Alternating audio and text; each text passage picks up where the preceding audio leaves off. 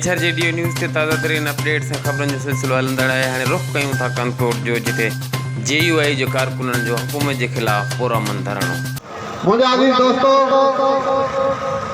पूरे मुल्क के अंदर आज़ादी मार्च जो इस्तेक़बाल कियो वियो ऐं गुलनि जी वर्खा कई वई ऐं पूरे इन रस्ते के अंदर कहीं अवाम के कोई तकलीफ़ न पहुतो ऐं हर कोई असांजो इस्तेक़बाल पियो करे। मुझे अजीज दोस्तों, JUI जा कारकुन सिराबा एहतजाज बणिजी विया। कारकुननि जो चवणो त असां पुरअमन आहियूं, पुरअमन रहंदासीं। इन्हनि वधीक चयो जेसिताईं आला क़यादत हुकुम न कंदी तेसिताईं पूरी सिंध में एहतजाज जारी रहंदो। Ali Jafri Solanki, HRJDO news, Hyderabad.